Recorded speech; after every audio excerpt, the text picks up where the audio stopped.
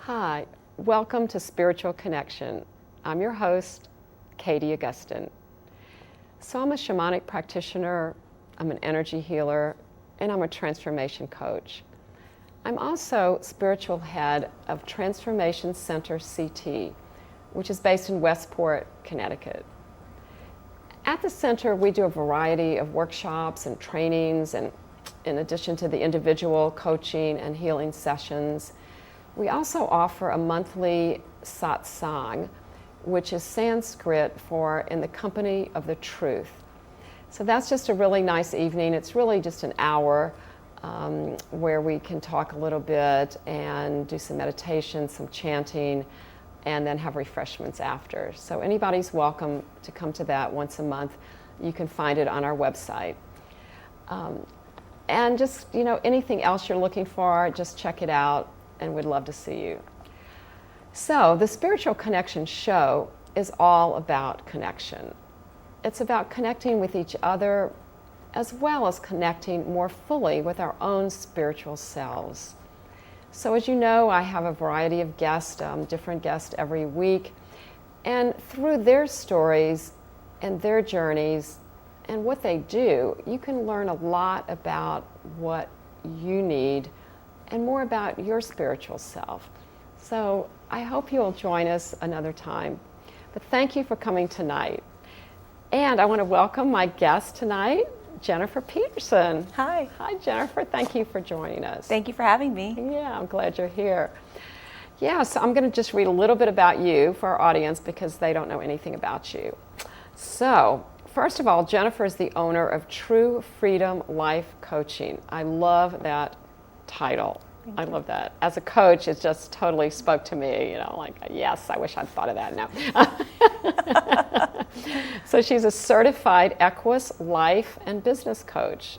I can't wait to hear more about that, as well as a Reiki master and shamanic Reiki practitioner. So you combine those. Okay, yeah. I want to hear a lot about that too. But before we do get into everything that you're up to, could you just share with us a little bit about your spiritual journey thus far? I'd love to. Okay, cool. One of my fun things to talk about is my spiritual path.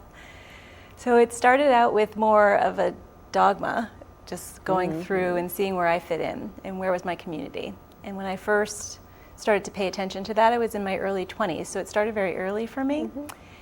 And I was looking to be married, and when you're looking to be married, you look for dogma. Where is this going to be? Where is my church or my synagogue? And at the time, I couldn't come to an agreement with my fiance, and he didn't want to be my religion, and I didn't necessarily want to be his. So we went on, we got counseled, we learned all about different religions, and we learned about Christian religions. And I found it very fascinating that they all were very similar. They had very slight differences, but none of them really fit. And I couldn't quite put my finger on why until I moved to New York City and I started to learn about Judaism, and I learned all about how the Jewish religion was centered around family, and that felt really, really beautiful and felt really true for me. But I realized, well, I kind of need a family to do that, and nobody I knew was Jewish, so I just I waited. And what it really did was help me deepen and look into what was really meaningful for me. And so when it was time for me to learn, sort of get with that and understand that this was the time for me to move on, it was when I became pregnant. And I realized I wanted my daughter to be Jewish, but in order for her to be Jewish, I needed to be Jewish.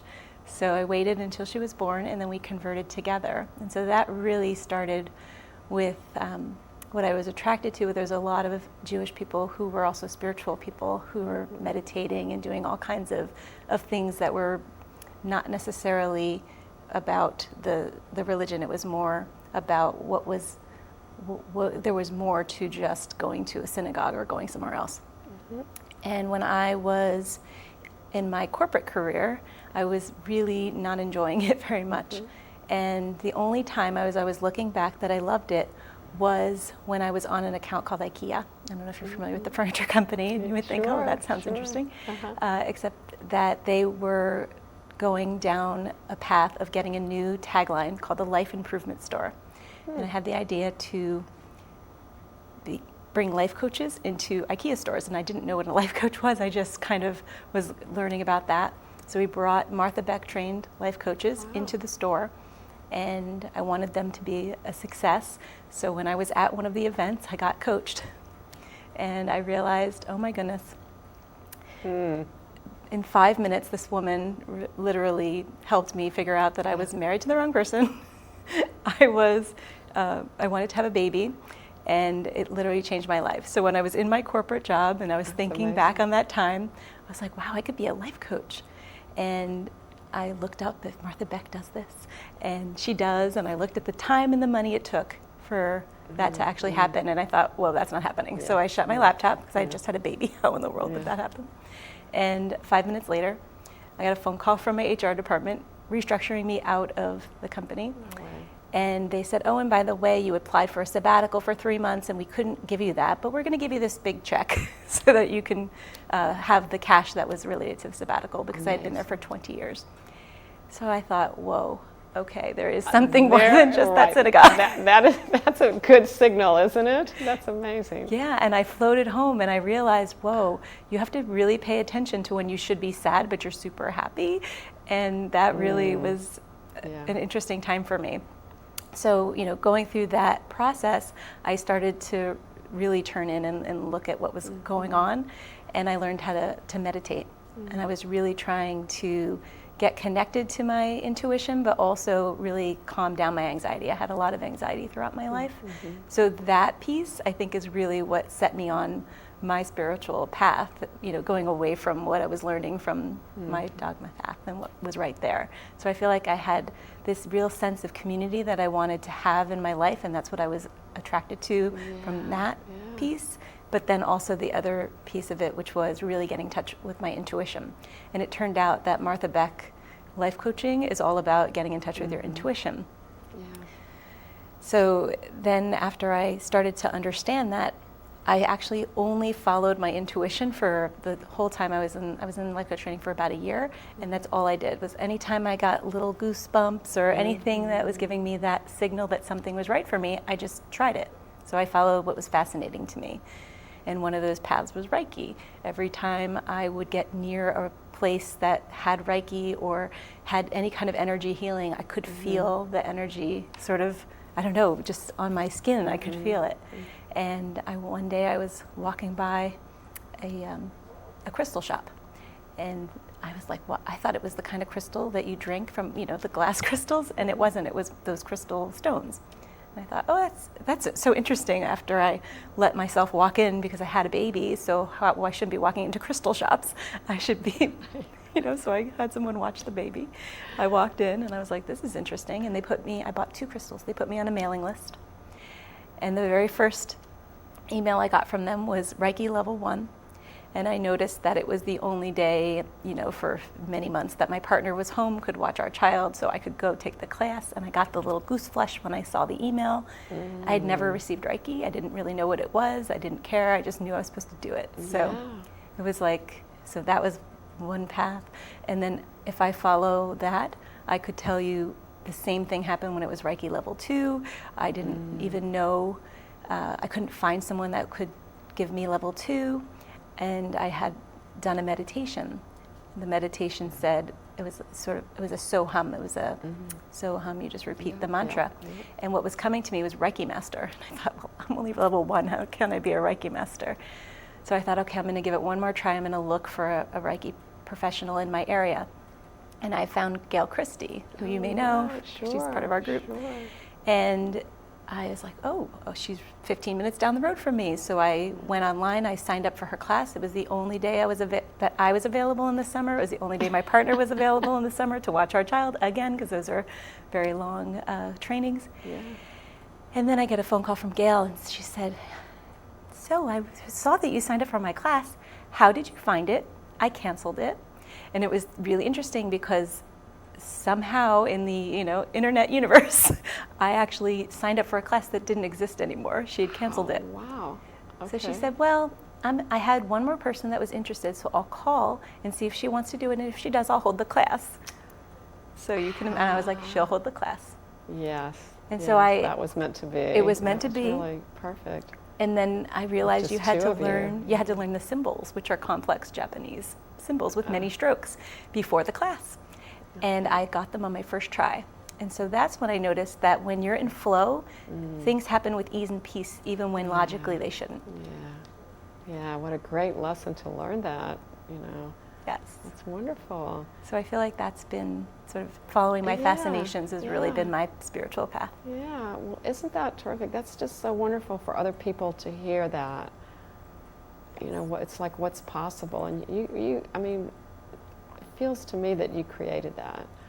Yes, well, once I realized what I was doing, I understood and I learned how to sort of decode it so that I could actually teach it to other people so that they could too follow their fascinations and create opportunities for themselves. Right. You have a desire and you can learn how to manifest it, which is beautiful. And I guess maybe in a sense you co-created it. I co-created with the universe, right? Yes, absolutely.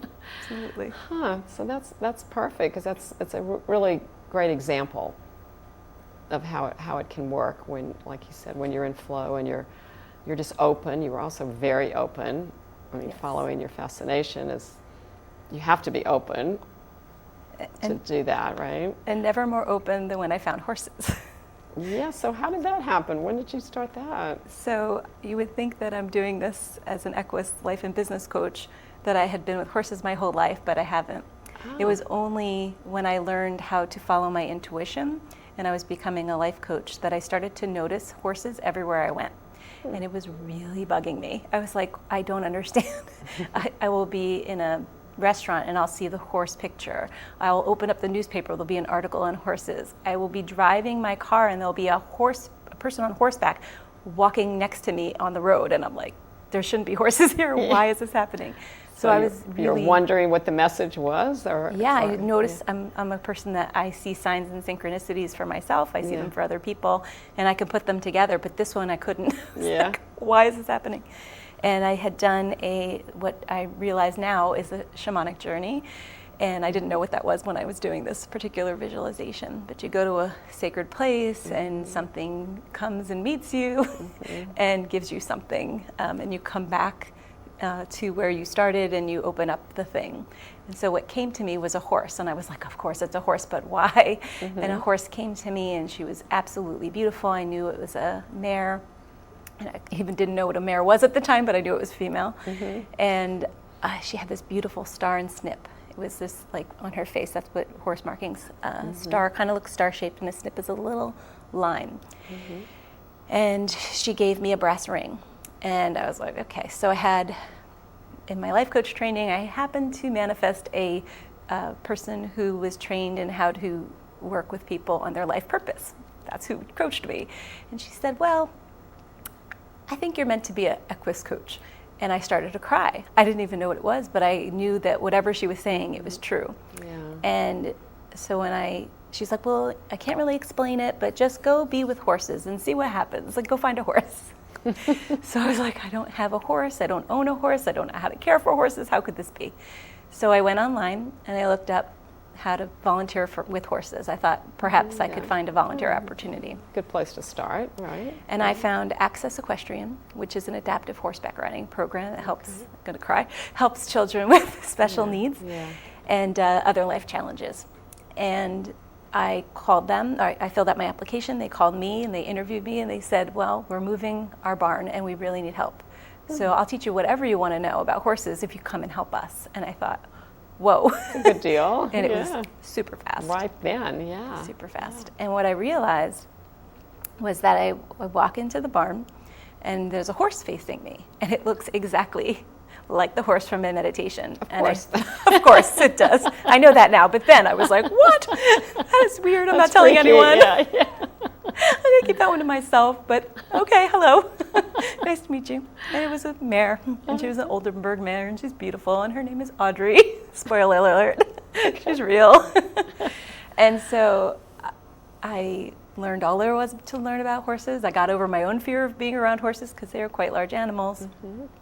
I was able to be with them, learn that I really loved being near them. And at the same time, what was unfolding in my personal life was my daughter was diagnosed with ADHD and a receptive and expressive language disorder. So as I was learning about what kind of children work at this farm and are participating in this program, they actually are kids with ADHD is one of the things that they help with. And so I brought my daughter, so I felt like, oh, this is my path, but it's also a path for clearing a path for my daughter's healing. And she couldn't say the alphabet when she was like between 3 years old, 4 years old. When you start to learn the alphabet, she couldn't say it. She could get some of the letters, but not all of them. Pop her on a horse, she could say it perfectly. Wow. It was absolutely amazing. Like I get chills just thinking about. Me too. Yeah. About what that was about. And so what I learned, separate from my personal path, was that every time I was around horses, things happened with ease and peace. Opportunities would come up in my business. All of a sudden, I was not an Equus life and business coach, but they were like, hey, why don't you teach mindfulness with the horse? So I thought, okay, that's a really good idea. So I started to work with some of the children that were there and teaching them mindfulness, working with the parents, working with other clients. So that was really exciting. And then it was time, once I felt that I had enough experience with the horse, I actually took the Equus life coaching program. And so I learned how to incorporate the tools that I learned in Martha Beck life coach training with the horse. And there happened to be a program that did specifically that. It was a person who was trained by Martha Beck, and she also was trained by Monty Roberts, and he's the horse whisperer. I don't know if you ever saw that movie. It's based on him. Heard of it. Yeah, that's amazing. So it was like, really? Where's of course the that's program? true. Yeah, I mean, everything just happens for you, like, perfectly. I know how to set a desire and manifest like you said. it. Yeah. And then it's interesting. The same thing happened with shamanism. It was like something cracked open in my life, and there was shamanism. And I had my first shamanic journey in October of 2018. And in my journey, I saw myself with horses and leading shamanic journeys with people out in nature. And on Sunday, this past Sunday, I was with horses, I was with a group of women, and I was leading them in a retreat with a shamanic journey. And then we bring them into the Rampen, and we work and we do the Equus coaching. So it is all. That is so cool. You may not know what it is that you want, but if you just follow your fascinations, it will go and it will be what it is that you desire, and you didn't even know you desired it until it's like, whoa, that happened. Yeah, I love that. Yeah. So basically, you just took everything that you're fascinated with, you learned it, and now you put it all together. It was just little pieces, little slivers. I love this. I like energy. I was fascinated with how your body, how your mind and your thoughts could affect your body, and it's all about energy, and how it can strengthen if you have a positive thought, your body's really strong, and if you have negative thoughts, your body's really weak, or if you lie to yourself, your body's really weak. So it started there, and then I found Reiki, and I realized, it's all related. And then healing. Equus coaching is all energy healing. It's literally the horse is picking up your energy. It knows when you are up in your thoughts with limiting beliefs, it doesn't want to be near you. When you are in your truth, you were talking earlier before about being closer to the truth. The minute you get connected to what's true for you, the horse will come right in and connect, and it will put its nose right at your heart to show you that is true for your heart. And we get all up in our heads with limiting beliefs and with the busyness of life, and we don't really connect to our bodies. Lots of times. There are days when I'm like, ooh, I'm totally not really present in my body, and I just get myself back and connected. But some people don't even know they're supposed to. So I find that once people start to connect there, they can see it. They can see the shift in the energy with the horse. So I say that the horse is a 1,000-pound metaphor for the universe, because anything that you desire, the universe wants to give you. It's just, are you ready to receive it? Are you open to receiving it? Is there a limiting belief that's blocking you from receiving it? Are you just unclear about what you want and you don't know what you want to receive? Right. And so the horse will actually show you with its nonverbal, non-judgmental biofeedback what's going on with their desires. And if you have a decision you have 2 things you want to choose from. I had a client, she was choosing between going to a Ivy League school to go to nursing, or she was going to go to what she called the backup school. And she was looking at a nursing program. Mm-hmm. And she happened to be a rocket scientist, and she was changing careers. And she said her belief, which you think would be a good belief, was that rocket scientists go to Ivy League schools. Mm-hmm. That's just what they do. And so we talked about that in front of the horse. And the horse wanted nothing to do with her when she was talking about the Ivy League school. When she was talking about the backup school, she talked about how supportive the faculty, she saw people she knew and her friends were there, and she was all excited about it. Horse came right up to her and just connected with her heart, and she was so surprised because she thought, no, I'm going to the Ivy League school, and if I don't get in, then I go to this school. And it was a really interesting path for her, because what she realized was that it was really about that supportive community. That was actually more important to her. Mm-hmm. Having people that supported her, having her friends there, was actually more important than the Ivy League degree that she would have gotten. Yeah. And that was really only important to her family. It wasn't as important to her. So when we started talking about that, the horse did this other thing that it does. It blocks me from the person that I'm coaching, stands right in between us, because the horse is synchronizing with the person and wants it and pretends like they're a part of the herd, or doesn't pretend, it's behaving like they're part of the herd. So because I'm asking a question the person's too vulnerable to go towards, I can see that because because the horse is blocking. So protecting, blocking from knowing, and it's showing me, okay, maybe let's check in here. Maybe she's not ready for it. She might not be ready for it. It just might be something she's not even realizing. And as I do this work more and more, I realize the horse will step in front even when the person's not conscious that they're not ready to talk about it. Some people are like, oh yeah, sure, let's talk about that. And then a few minutes later, they're like, ooh, but the horse has already stepped, has already done the blocking. So they can pick things up that I like to call it the blind spot, like the thing you're not quite knowing what it is, or it's still in shadow. So they help you. They do very good shadow work. So it's more of a gradual process, because it seems to me that asking these what could be empowering questions, even if they're not ready, it helps them become more clear. Yes. But the horse doesn't want that to happen, or I'm not too clear. It just take more time to do it. So I think what the horse is showing is that the person's not quite ready, and I should check in and say, hey, are you okay proceeding? So just slow down a little bit. So I think the horse, for me, one of the pieces of my path before I became an Equus coach was I perhaps should become a client, and maybe I should experience what it is like to be a client. Idea, So I went to someone out in California, because that's primarily where this work can be done. There's a lot of people in California that do it.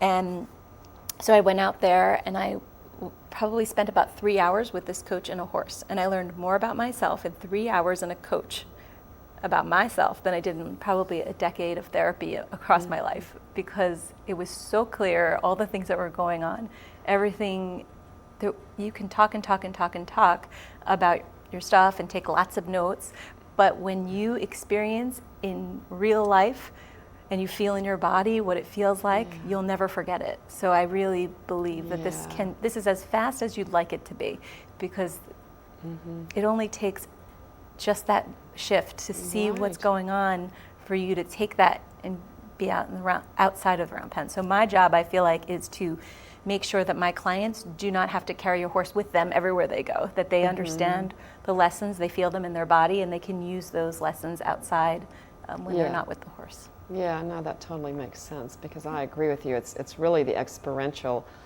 aspect of it that is the most powerful. Yes. And it sticks with us. Yeah, so that's just amazing how well that works. Seriously. It's beautiful. Yeah. So that's pretty much what you focus on right now, because and you have a farm? We didn't talk about that. Yes, so my farm is in Mount Kisco, New York. It's Thornbrook Farm is where I'm working right now. It's actually happens to be where Access Equestrian is as well.